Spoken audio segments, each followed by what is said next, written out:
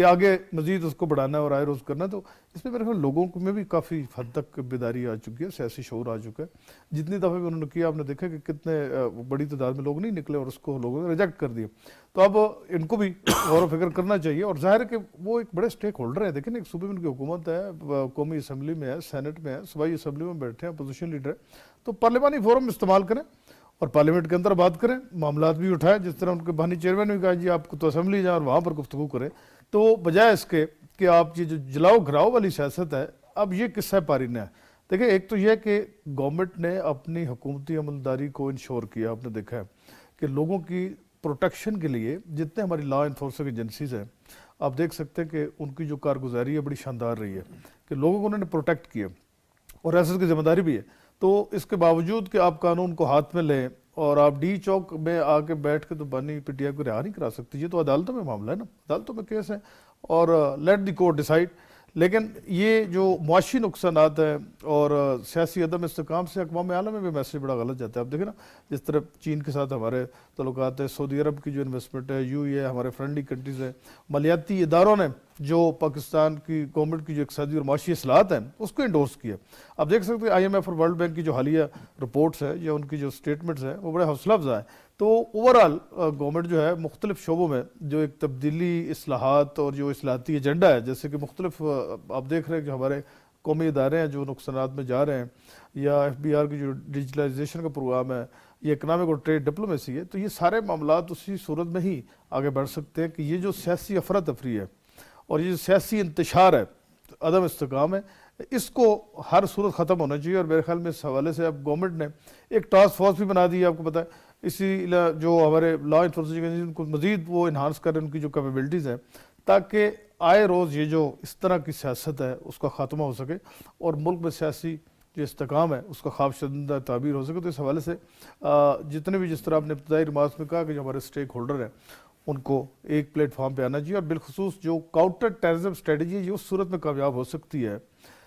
کہ جب تمام ادارے اور تمام جو سیاسی قوتیں وہ ایک پلیٹ فارم پہ آئے روز اس حوالے سے اجلاس بھی ہوتے. جس طرح بابر صاحب نے بالکل درست کہا کہ کے پی کی سب سے زیادہ متاثرہ ہے, اور آپ کا تو تعلق بھی صوبے سے ایک طویل عرصے سے, آپ میڈیا میں بہتر آپ سمجھتے ہیں کہ جس صوبے میں لوگوں کا عدم تحفظ ہو, غربت ہو, افلاس ہو, جس طرح تعلیمی انعطاف پذیری ہے, آپ دیکھ سکتے ہیں کہ کتنے بچے اسکولوں سے باہر ہیں, یونیورسٹی سے باہر ہیں. تو یہ ساری جو چیلنجز ہیں یہ تو مزید بڑھ جائیں گے اگر وہاں کی حکومت اب بھی پولیٹیکل میچورٹی کا اظہار نہ کرے اور وہاں سے ایسی ہی آوازیں وزیر اعظم یا دیگر اداروں کے خلاف آتی رہیں, تو اس سے ملک کو اور زیادہ نقصان ہوگا. ابھی یہ جو حالیہ 24 نومبر ہوا ہے, اس کے حوالے سے اب عالمی ایک فیک نیوز کی ادارہ ہے, فیک نیوز واچ ڈاگ ہے, یہ عالمی سطح کا ادارہ ہے, اس نے اپنی رپورٹ جاری کی ہے, اور اس رپورٹ میں انہوں نے بڑی تفصیل سے کہا ہے کہ 24 نومبر کو جو احتجاج کیا تھا تحریک انصاف نے, اس میں کس طرح سے جعلی خبروں کا جو بازار تھا وہ گرم کیا گیا تھا مختلف فورمز کی جانب سے. اور ظاہر ہے کہ اس سے براہ راست تحریک انصاف کے سوشل میڈیا جو اکاؤنٹس تھے ان کا تعلق تھا. انہوں نے کہا کہ جو علی امین گنڈا پور ہیں, وزیر اعلیٰ خیبر پختونخوا, بشرا بی بی, ان کی گرفتاری کے حوالے سے جعلی خبر دی گئی, اس نے بھی حالات کو خراب کرنے میں بڑا اہم کردار ادا کیا. پھر اسد کیسر اور جو محمود خان اچکزئی ہیں ان پر جو فائرنگ کی خبر تھی وہ بھی ایک جعلی اور فیک خبر گھڑی گئی, اس سے بھی یہ ماحول خراب ہوا. اس کے ساتھ دیگر بے شمار خبروں کا انہوں نے ریفرنس دیا ہے. تو یہ جو جعلی خبریں ہیں, فیک نیوز ہے, ڈس انفارمیشن ہے, یہ بھی تحریک انصاف سے منسلک بہت سے سوشل میڈیا اکاؤنٹس جو ہیں اس میں پھیلانے میں ملوث ہیں, اور اس کے خلاف اب قانون بھی بن چکا ہے اور کارروائیاں بھی جاری ہیں, ہونی چاہیے. دیکھیں یہ جب سے سوشل میڈیا آیا, آپ نے بالکل صحیح کہا, جس طرح تمام جتنے بھی آپ دیکھ لیں, لیڈنگ نیوز پیپر دیکھ لیں, انٹرنیشنل دیکھ لیں اور نیشنلی بھی دیکھ لیں, تمام نے کہا کہ یہ فیک نیوز ہے. لیکن انفارچونیٹلی آپ دیکھیں کہ وہ کس طرح پروپیگنڈا کرتے ہیں کہ جو فیک نیوز کو بھی وہ ٹھیک سمجھنا شروع ہو جاتے ہیں. آپ نے بالکل صحیح کہا ہے کہ اب تو قانون بن چکا ہے اور قانون حرکت میں آئے گا. دیکھیں کوئی بھی چیز جب نئی چیز آتی ہے مارکیٹ میں تو اس کو کاؤنٹر اسٹریٹجی کرنے کے لیے ایک ٹائم لگتا ہے، کیونکہ اس کے سلوشنز کو جو ہے اب سالو کرنا ہے ان کی پرابلمس کو، تو وہ ایک ٹائم لگتا ہے۔ اب حکومت نے اس کے اوپر بڑا اچھا کام بھی کر لیا ہے اور ٹاسک فورس بھی جس طرح بن چکی ہے، پی ٹی اے جو ہے ٹیلی کمیونیکیشن اتھارٹی ہے وہ بھی ایکٹیو ہو چکی ہے، اور اس کے علاوہ بہت جو آپ نے دیکھا کہ فائر وال اور دوسری چیزیں ہیں وہ لائی جا رہی ہیں۔ یہ ملک کی سیکیورٹی کا مسئلہ ہے۔ آج سے آپ 10 سال پہلے سنتے تھے کہ 5th جنریشن وار کی جب ہم بات کرتے تھے تو لوگ ہنستے تھے اس چیز پہ، یہ بھی اسی کی جانب ایک قدم ہے۔ آپ دیکھیں کہ ہم تو 5th جنریشن وار کی اس وقت بات کرتے ہیں کہ ہمارے کوئی دشمن ممالک یہ کریں گے، لیکن انفارچونیٹلی آپ دیکھیں کہ ایک جماعت جو ہے وہ یہ کارنامہ سار انجام دے رہی ہے، اور ان کو یہ سوچنا چاہیے۔ ابھی آپ دیکھیں کہ جتنی ان کی یہ ساری فیک نیوز ہیں، یہ سارے کی ساری جو ہیں ان کے اکاؤنٹ سے آتی ہے، اور مخصوص اکاؤنٹس ہیں، یا تو وہ بیرون ممالک سے آپریٹ ہو رہے ہیں یا کہیں ایسی جگہ سے ہو رہے ہیں کہ جو بے نامی ہیں۔ تو اب حکومت نے یہ کہا ہے کہ جس طرح وی پی این کو بھی انہوں نے رجسٹرڈ کر دیا ہے، کیونکہ وی پی این کے ذریعے آپ کا پتہ نہیں چلتا آئی پی ایڈریس کہاں سے ہے کہاں سے نہیں، اب ان کو بھی انہوں نے وہ ہے جو کلوز کر دیا ہے کہ جو رجسٹرڈ کرائے گا وہ آگے چل جائے گا۔ تو اس لیے اب یہ دیکھیے گا کہ حکومت نے جو ہے اس کی اسٹریٹجی اچھی بنائی ہے، اور آپ کو اگلے آنے والے جو 2-4 مہینے اس میں آپ کو اندازہ ہونا شروع ہو جائے گا کہ فیک نیوز کا جو بازار ہے یہ بند ہو جائے گا۔ آپ نے یہ دیکھا ہے کہ جو ہماری انفارمیشن کمانڈر کانفرنس ہوئی جو 6 تاریخ کو جس کنکلوژن آئی، ہاں جی، اس میں بھی آپ نے دیکھا ہے کہ آرمی چیف نے یہی کہا کہ سب سے بڑا نقصان ہمیں فیک نیوز کا ہے، اور اس کے اوپر حکومت کو بھی کام کرنا چاہیے، اور ہم ان کے ساتھ ہیں۔ بہت شکریہ بابر گورسی صاحب آپ کا، ملک منظور احمد صاحب آپ کا بھی بہت بہت شکریہ۔ اور یقینی طور پر فیک نیوز یا غلط خبریں یا جعلی خبریں یا جھوٹی خبریں، یہ جو ہے نہ صرف صحافت کے لیے ایک بہت بڑا چیلنج ہے، بلکہ ملک کی سیاست اور ملک کی سلامتی کے لیے بھی ایک بہت بڑا چیلنج ہے۔ ظاہر ہے جھوٹی خبر جو ہے وہ ہم جیسے صحافیوں کے لیے بہت بڑا زہر قاتل ہے۔ اسے ہر صورت میں حکومت کی یہ ذمہ داری بنتی ہے کہ اسے روکنا ہوگا۔ یہ جس طرح سے اب عالمی ادارے کہہ رہے ہیں کہ اس پر قانون سازی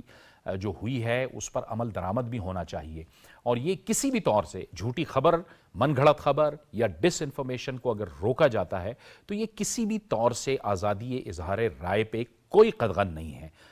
جھوٹی خبر کس کے لیے آزادی اظہار رائے ہو سکتا ہے؟ سوال یہی ہے۔ لہٰذا